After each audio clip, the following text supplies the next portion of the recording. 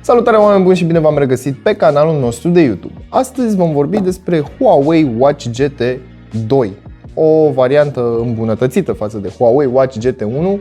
Are câteva specificații în plus sau câteva caracteristici care lipseau la Huawei Watch GT 1 și este un produs mai finisat, mai rafinat față de modelul anterior. Hai să vedem despre ce este vorba, dacă merită să faci upgrade-ul de la un model la altul și bineînțeles dacă merită diferența de preț în funcție de prețul pe care l-a avut fiecare dispozitiv atunci când s-a lansat pe piață. Modelul acesta este din octombrie 2019, a ajuns un pic întârziat la noi, un pic mai mult întârziat la noi, dar este un dispozitiv interesant. L-am desfăcut, l-am testat evident pentru că altfel ar fi trebuit să stați să vedeți cum stau și descarc 5000 de aplicații și fac 5000 de pași și îmi resetez parola pentru că mi-am uitat-o la contul de Huawei. Da, îți trebuie un Huawei ID ca să poți să folosești acest dispozitiv. Hai să mergem mai departe și să-i deschidem cutia, să vedem cu ce ne surprinde Huawei. Bine, cu ce vă surprinde pe voi, pentru că pe mine m-a surprins plăcut și am să vă și spun de ce. Dar înainte de toate, nu uita să te abonezi și să activezi notificările, iar mai apoi intră pe cel.ro/giveaway pentru a te înscrie în concurs. Ambalajul arată foarte premium, este o cutie neagră, pe partea de deasupra avem un model cu ceasul și aici scrie Huawei Watch GT 2, este varianta de 46 de mm și îmi place cum reflectă lumina. Este un gold spre portocaliu cu puține nuanțe de roz. Îmi place foarte mult această siglă. Ce îmi place cum se vede această reflexie a luminilor. Îmi place foarte mult. Hai să scoatem de aici ușor. Foarte frumos ambalaj și prezentat, dar imediat vorbim și despre ceas. Hai să vedem ce mai avem în cutie. Pull. Am tras. Ok, văd aici foarte multă hârțogăraie. Încărcător, care nu este wireless. Avem aici 2 pin Pogo. Un cablu, cred că este aici. Este un cablu destul de lung. Și pe lângă acest lucru este acel cablu foarte frumos de la Huawei. Acel cablu calitativ. Ok. Nu știu această limbă. Iar aici sunt și mai multe hârțoage pe care nu o să le citim absolut niciodată. Asta este tot ce găsim în această cutie. Hai să vă arăt o diferență pe care am observat-o față de modelul anterior. Această curea nu mai are pe partea din spate silicon. Practic este din piele. Este o curea interesantă, dar nu este pe gustul meu. Mai departe, hai să ne uităm și la ceas în sine. Avem așa, carcasă din oțel inoxidabil, sticlă pe față, pe ecran și pe spate. Aici avem senzorii, cei 2 Pogo Pins, iar aici sunt 4 șuruburi care țin capacul fixat de carcasă. Pe partea din dreapta avem cele 2 butoane clasice, iar pe față designul a suferit o mică schimbare în ceea ce privește acest bezel. Este puțin diferit, este mai subțire. Avem din nou aceste cifre. Acum seamănă mai mult cu un cronograf. În ceea ce privește linia de design a carcasei nu a suferit foarte multe schimbări, iar pe partea din spate capacul a suferit o mică schimbare. Este mai rotund pe Watch GT 2 spre deosebire de Watch GT 1 care este puțin mai pătrat. Iar acum vedeți diferența foarte clară între cele două curele. Aici avem silicon îmbrăcat cu o piele de culoare maro mai închis, iar aici avem piele și pe față și pe spate de o culoare maro mai deschisă. Geamul este în continuarea acestui bezel spre deosebire de modelul trecut, unde vedeți, geamul este puțin mai jos față de ramă. Acestea sunt niște diferențe foarte minore și le observi doar dacă le ai față în față. Și bineînțeles dacă te uiți la ele sub un alt unghi, poți observa această mică de tot diferență. Și acum hai să vorbim puțin despre sistemul de operare. Nu există foarte multe schimbări, evident există doar actualizări de software. În continuare folosim un OS proprietar al celor de la Huawei. Hai să dau Watch GT 1 deoparte. Aici avem butoanele de navigare, swipe în jos pentru notificări, swipe în sus pentru notificările de pe telefonul mobil și bineînțeles trebuie să le activezi din aplicație, altfel nu va afișa aceste notificări. Swipe în stânga, avem diferitele widgeturi, să le spunem așa, bine, de fapt Samsung le spune widgeturi. Avem scurtături către diferite funcții, cum ar fi bătăile inimii, nivelul stresului, vreme, muzică și așa mai departe. Și pentru că toți suntem la capitolul muzică, aș vrea să vă spun despre upgrade-ul acestui ceas. Avem 4 GB memorie internă unde poți stoca melodii. Pe lângă faptul că poți să dai play, avem aici preîncărcată melodia clasică a celor de la Huawei. Și asta nu este tot.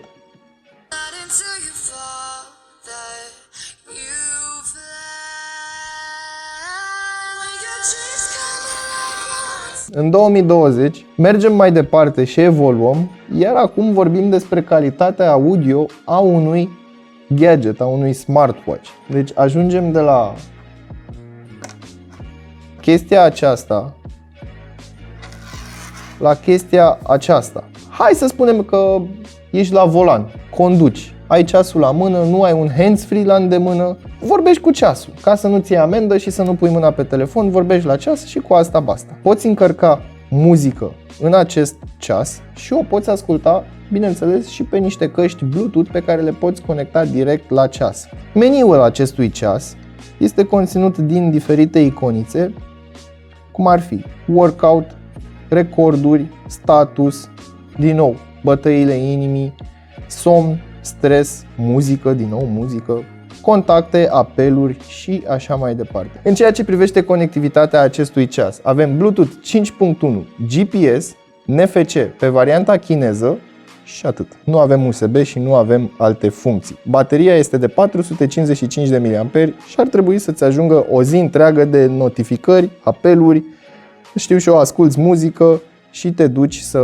faci exerciții. Avem accelerometru, giroscop, senzor pentru bătăile inimii, barometru și busolă. Busolă pe care o poți folosi fără să te conectezi la GPS, pentru că este un senzor magnetic și da, astea primești, asta e tot. Iar acum aș vrea să vorbesc puțin despre ecranul acestui ceas. Mereu îmi vine să spun telefon, deja mi se pare ciudat, deși nu a trecut așa multă vreme de când există smartwatch-uri, dar să stai să vorbești despre calitatea unui ecran la un smartwatch mi se pare un pic amuzant. În 2-3 ani de zile nu o să mi se mai pare, dar trecem peste acest lucru.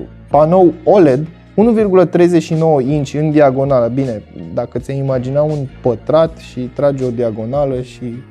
în fine. 59,4% screen to body ratio, o rezoluție de 454 pe 454 de ppi și un aspect 1:1, cu o densitate de 326 de ppi. Ecranul se vede foarte interesant, se vede clar și se vede foarte bine chiar și atunci când bate soarele direct în ceas, ceea ce mi se pare un avantaj. A doua caracteristică pe care am observat-o la acest ceas este rapiditatea cu care înregistrează acea mișcare foarte amuzantă pe care o ai atunci când vrei să te uiți la oră. S-a aprins instant. Îmi place foarte mult acest lucru, că nu trebuie să faci un gest așa brusc să te uiți la ceas, cum sunt unele smartwatch-uri mai ieftine sau unele smart band-uri. Dar acesta este cât se poate de natural și se aprinde instant. Avem și funcția de Find My Phone, avem și funcția de flashlight, alarme pe care le poți pune direct din ceas, fără aplicație, ceea ce mi se pare un plus, spre deosebire de alte device-uri unde trebuie să intri în aplicație, să sincronizezi alarma și așa mai departe. Hai să vedem cum se prezintă notificările prin SMS. Hai să vedem cum activăm aceste notificări. Huawei Health, evident, pentru că nu avem ce să facem fără această aplicație. Huawei True Sleep. Aceasta este o funcție despre care am mai vorbit la Honor Band 4, dacă nu mă înșel. Este o tehnologie, să spunem așa, dezvoltată de Huawei împreună cu niște oameni de la o facultate din străinătate. Nu o să intru în detalii. Dacă vreți, puteți să căutați pe Google Huawei True Sleep să vedeți cu ce se diferențiază față de restul device-urilor care înregistrează somnul și așa mai departe. Activity Reminder. Continuous Heart Rate Monitoring. Bineînțeles, această funcție va descărca bateria mult mai repede pentru că atunci când îl ții la mână, el practic pur și simplu înregistrează continuu ritmul inimii. Notifications sunt activate. Gata. Iar acum, hai să vedem o notificare. Cătălin, notificare. Nu pot să fac nimic. Nu. Nu poți. Haha. Deci nu am posibilitatea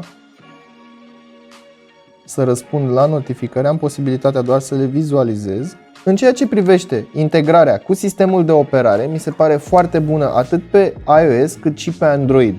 Deci la capitolul acesta sunt foarte mulțumit. Și apropo, pe iOS, Huawei Health nu înregistrează foarte multe date, dar va trebui să folosești această aplicație pentru gestionarea softului și pentru gestionarea diferitelor funcții ale acestui smartwatch. Dacă vrei să vezi detalii despre workout-ul tău sau detalii despre orice altceva legat de sănătate, ceasul este integrat cu aplicația de sănătate de pe iOS și atunci aici vei vedea tot felul de detalii în funcție de datele înregistrate de ceas. Ei bine, ne apropiem și de finalul acestui videoclip, iar părerile mele despre Huawei Watch GT2 sunt foarte bune. Îmi place foarte mult că am memorie internă și că pot să copiez ceva muzică acolo, ceva conținut audio, pentru că te ajută foarte mult. Să spunem că vrei să te duci să alergi prin parc, n-ai chef să ții telefonul după tine. Copiezi niște muzică în ceas, îți iei căștile Bluetooth care sunt rezistente la sudoare și așa mai departe și du-te și antrenează-te și fă ce vrei, pentru că nu vei avea acea greutate pe mână, în buzunar, la elasticul de la pantalon sau mai știu eu unde pui telefonul ca să nu scapi pe jos. Un alt avantaj mi se pare GPS-ul. Nu sunt legat de telefon, deci pot folosi ceasul să-mi înregistrez traseul GPS, iar atunci când vin acasă se conectează cu aplicația și mi-arată pe hartă ceea ce am făcut, pe unde am mers, cât am mers și așa mai departe. Acum, hai să vorbim și despre preț. Acesta se găsește la momentul review-ului undeva la 1000 de lei. Dacă ar fi să-l compari cu smartwatch-urile de la Apple și de la Samsung, ei bine, se apropie, tinde către experiența aceea de utilizare. Plus, difuzorul.